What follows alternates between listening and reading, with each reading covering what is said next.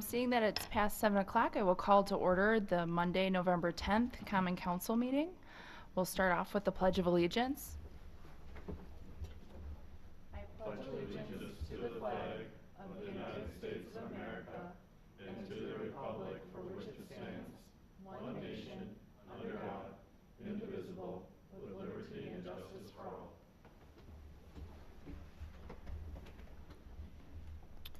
Ms. Schofield, if you could please take the roll call. Alderperson Diaz. Here. Alderperson Linder. Here. Alderperson Reekie. Here. Alderperson Steiner. Here. Alderperson Touche. Present. And Alderperson Yurs. Here. And Mayor Hokumer and Alderperson McGilvery are absent and excused this evening. Thank you. Next on the agenda, we have public comment. If there was anyone from the public that wishes to speak, now would be the time.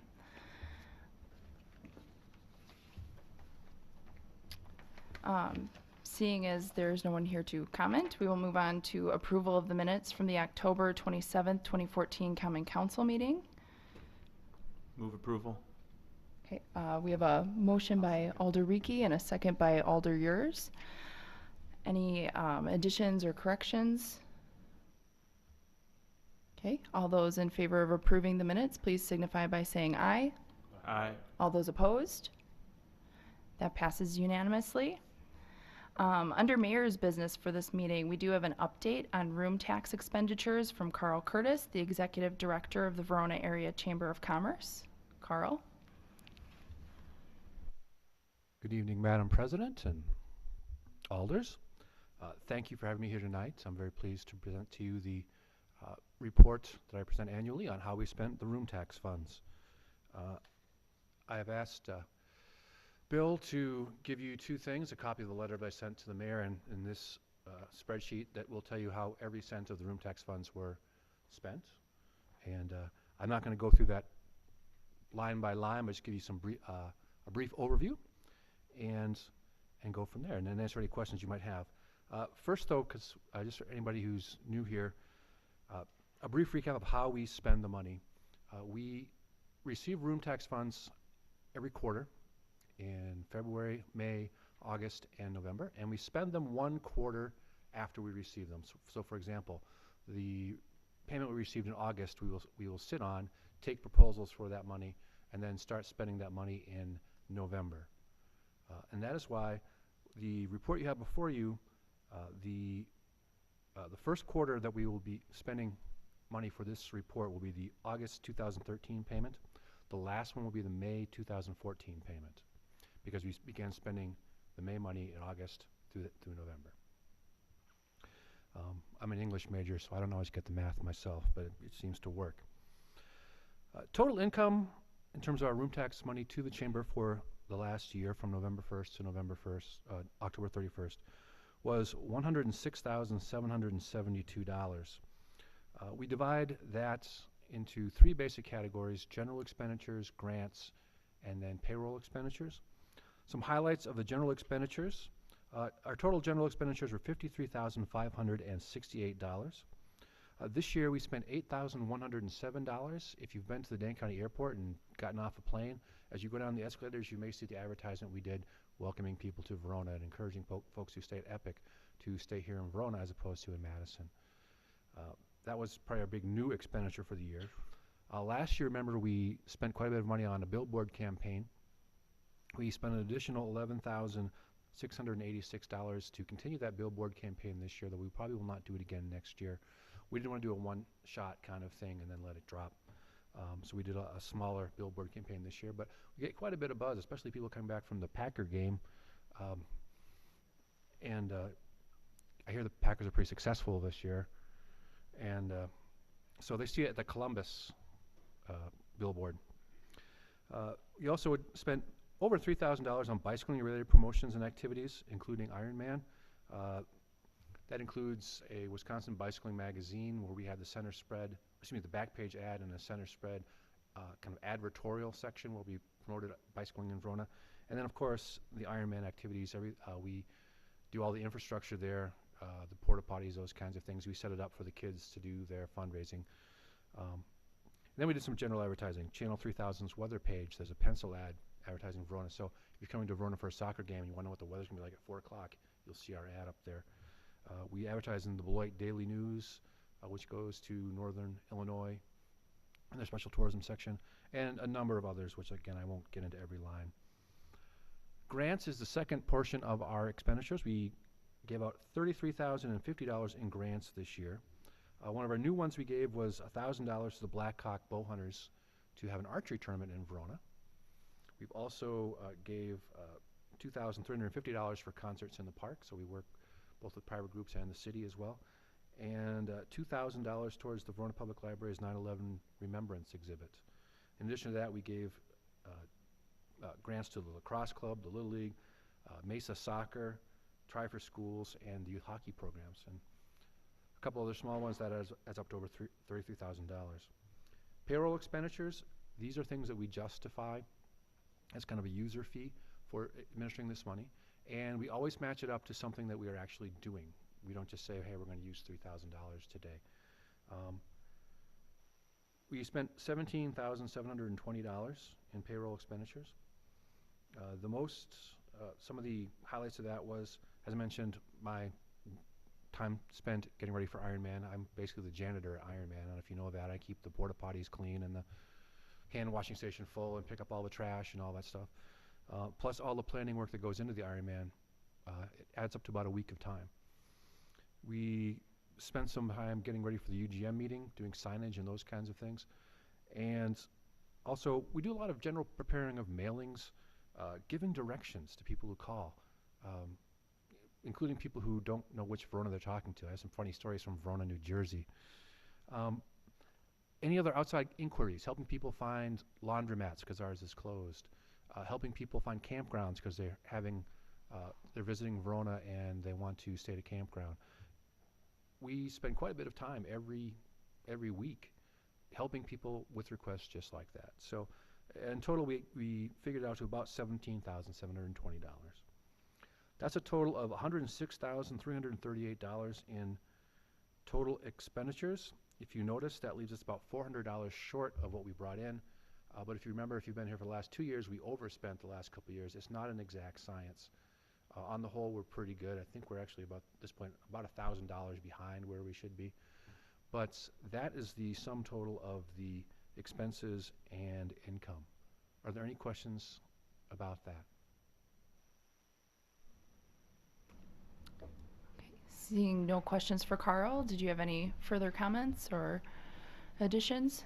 Yeah, I did want to just take an extra 90 seconds to 2 minutes here to kind of bring up some points about advanced planning.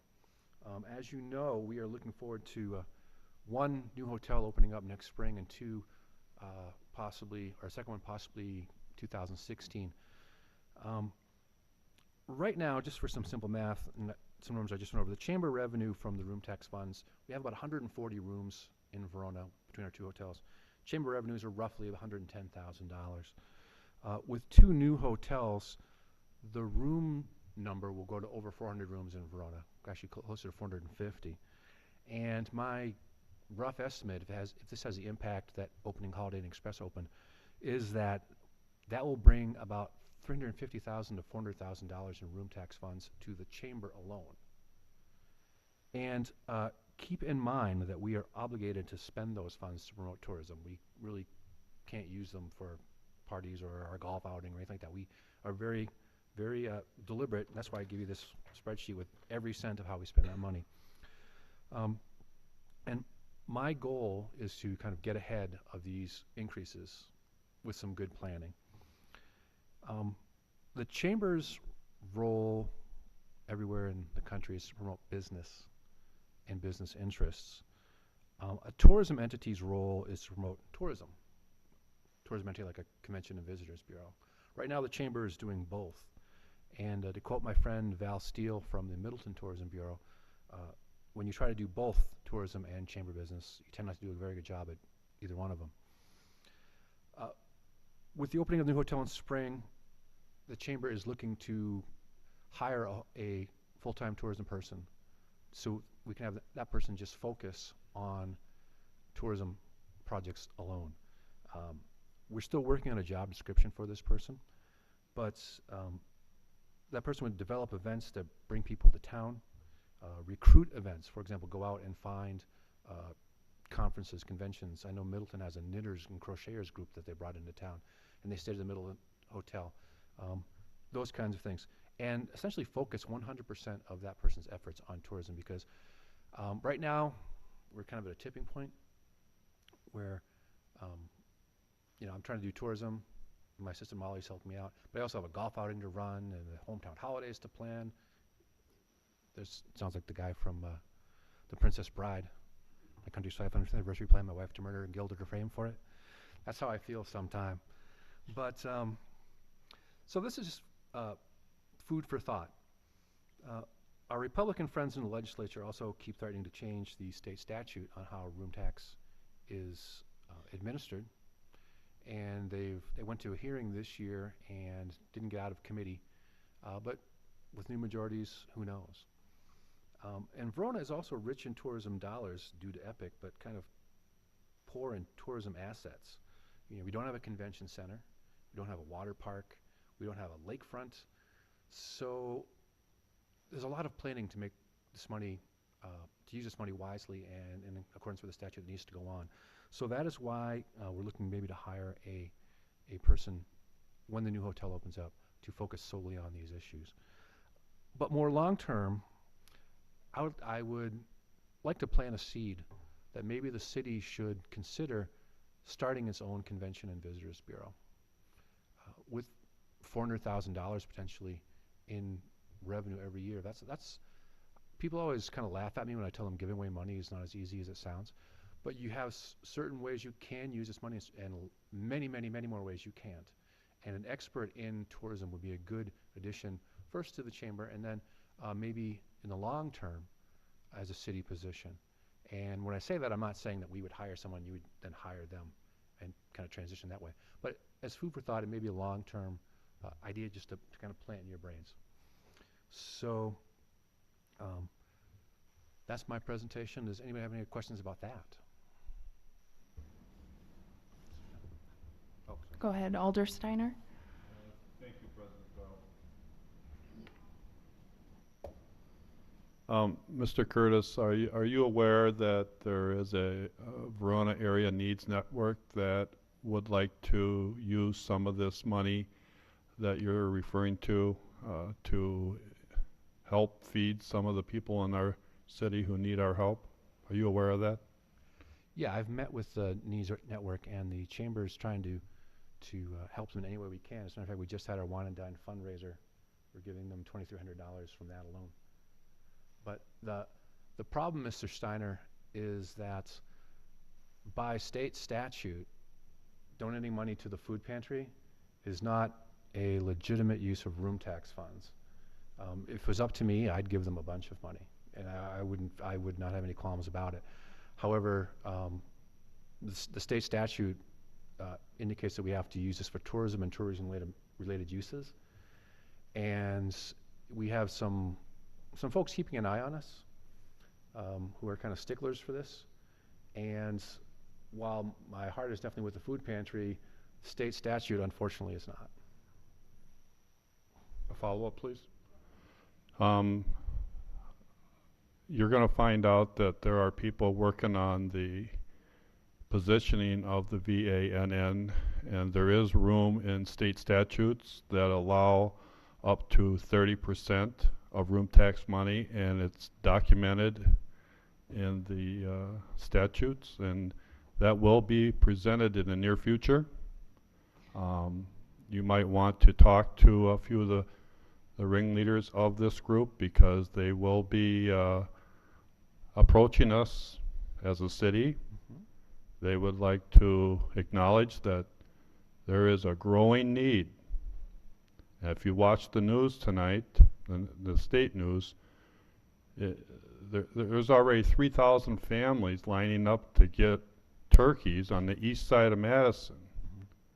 And I'll bet you, right here on this part of Madison, Dane County, City of Verona, there are 412 families that will be asking for a turkey to feed their children, their family.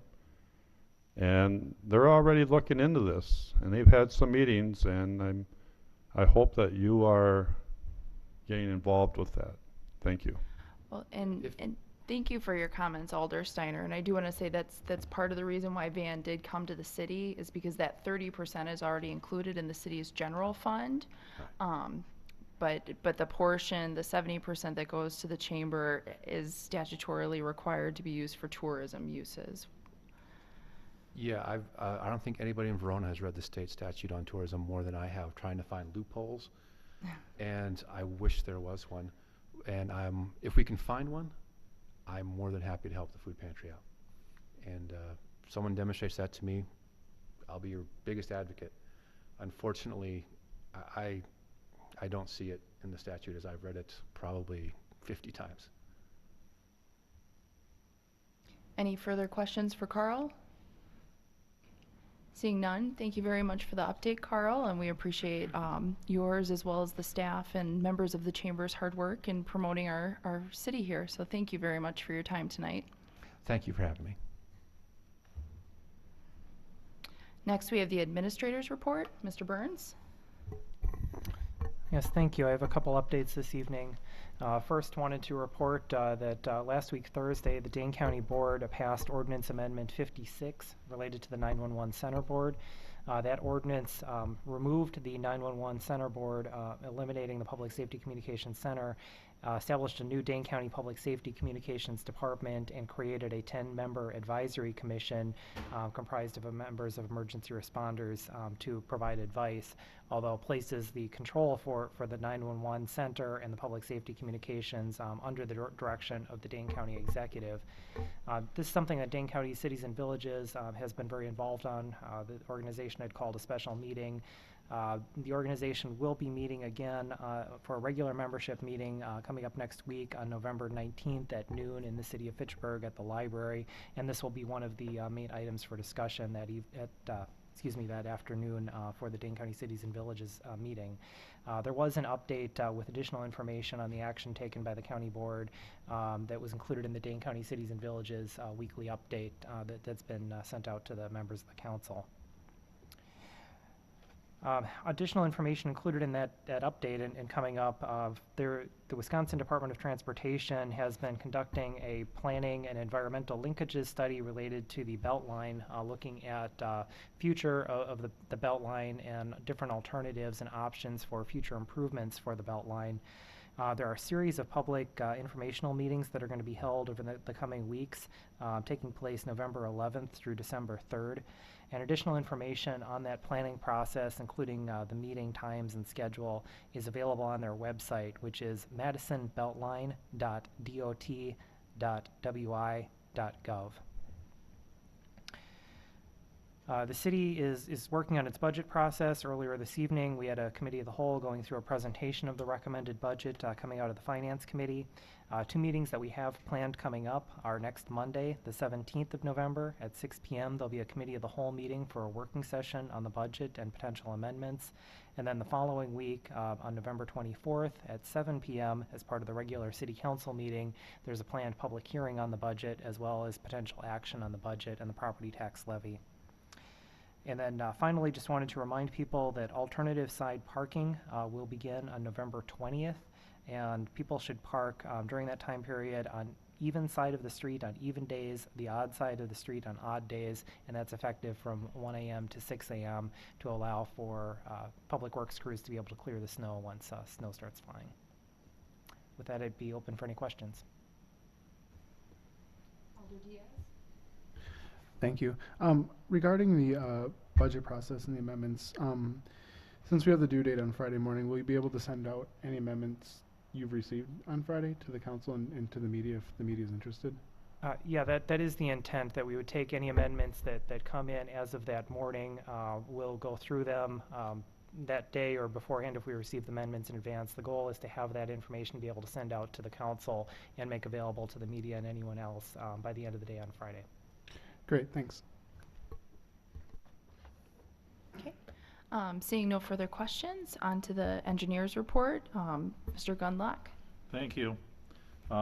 Construction is starting to wind down for the construction season, and there's only three items this evening. First is Cathedral Point Phase 4. South portion of Cathedral Point is substantially complete, with only minor restoration remaining. The north portion was substantially complete several weeks ago, except for 625 feet of sanitary sewer and an easement across the Purple Cow property. That sanitary sewer is scheduled for construction this week. Upon completion and testing of the sanitary sewer, work under Cathedral Point Phase 4 will be finished. Moving on to Locust Drive Phase 2. The asphalt binder course and the concrete sidewalk have been installed. The street terrace restoration on the west side of the street is ongoing as we speak. The bike path on the east side of the street is waiting for underground electric work to be completed. Weather permitting, the bike path should be ready for asphalt paving by the end of the week. Weather conditions are going to determine if that bike path can be paved this fall yet or not, or if it has to wait till next spring. And finally, Liberty Business Park Phase 2. Contractor has completed the sanitary sewer, water main, storm sewer, and street base course construction on Clarity Street and Laser Street. Currently, he's working on the storm sewer in the Liberty Drive, Clarity Street intersection. Curb and gutter placement is scheduled for November 14th, but weather conditions may determine if this occurs. Asphalt paving would follow the curb and gutter placement, but again, weather conditions are going to be the determining factor. If the ground freezes, we will not be doing any paving until next spring. If we get a thaw, we may get it done the week of Thanksgiving, but I'm not holding my breath. We'll see what happens. And that completes my report for this evening. If there's questions, I'll try to answer them. Thank you, Mr. Gunlock. Now on to agenda number 9, committee reports. We'll start with the Finance Committee. Alder Linder. Thank you, President Doyle. For item 9A1, I'll make a motion to approve the monthly bills in the amount of $1,259,603.25. We have a motion by Alder Linder. Is there a second? Second. Second by Alder Touche. The main three items are $670,000 related to 2003, 2002 CDA lease for debt TIF 7, which is the Epic TIF. $234,510 for Liberty Street and utility construction, and the last is $43,188 for the October monthly waste management costs. Thank you for the explanation. Are there any questions or comments? All those in favor of the motion signify by saying aye. Aye. All those opposed? Motion passes unanimously. Is there any further business from the Finance Committee? There's not. Thank you. Next, we have the Public Works, Sewer, and Water Committee. Alder Touche. Thank you, President Doyle. Under item 9B1, I would like to make a motion to approve professional services agreement for the Lincoln Street reconstruction project, not to exceed $17,550. Second. We have a motion by Alder Touche, seconded by Alder Diaz. This agreement is for engineering services for street reconstruction, sanitary sewer replacement, water main replacement, and storm water improvements on Lincoln Street from East Verona Avenue south to the drainage way crossing Lincoln Street with a total centerline distance of approximately 900 feet. Design services to include a lot of what we've already seen on Lincoln Street. I think this is hopefully our final project on Lincoln Street. It's been a long summer this year. In addition to the Lincoln Street work, the bid package will also include the traffic signals on East Verona Avenue and Lincoln Street related to the fire station. Okay, you've heard the explanation. Any further questions or comments? All those in favor of the motion signify by saying aye. Aye. Those opposed? The motion passes unanimously. Under item 9B2, I would like to make a motion to approve a professional services agreement for Locust Drive Bridge Widening Amendment Number 1, not to exceed $14,844. Okay, we have a motion by Alder Touche. Is there a second? Second. Second by Alder Diaz. As most of you are probably aware of, we're trying to widen Locust Drive Bridge to accommodate all the additional neighbors that we have, our neighborhood. A lot of the work is really to meet Department of Transportation requirements as far as documentation, rerouting, traffic, and scheduling, and so on. Okay. Thank you for the explanation. Are there any further questions or comments? All those in favor of the motion signify by saying aye. Aye. Aye. Those opposed? Motion passes unanimously. Is there any further business? That would be all. Thank you. Next up, we have the Public Safety and Welfare Committee. Alder, yours. Thank you, President Doyle. Under 9C1, I'd like to make a motion to approve ordinance number 14-852, amending section 10-1-26 of the City of Verona Code of Ordinances, motor vehicles and traffic, parking prohibited during certain periods. We have a motion by Alder yours. Is there a second? Second by Alder Rieke. Essentially what this is doing, there's the section of Basswood that leads up to the cul-de-sac area where kids are dropped off for Verona schools. Currently only allows for parking on one side of the street. There is a condominium association right there that utilizes some of that street parking. And when we get to the alternate side parking for the winter time, that leaves them with only one side of the street to park on every other day. This is allowing them to come into compliance with that, with also not having a negative impact. I don't believe that this will create an onslaught of cars being put onto Basswood by any stretch of the imagination. And much like Hemlock is designed and through the ordinances, there will be no parking during the school hours, so 7 to, to 8:30, and then 1 to 2:30? 2 to 4.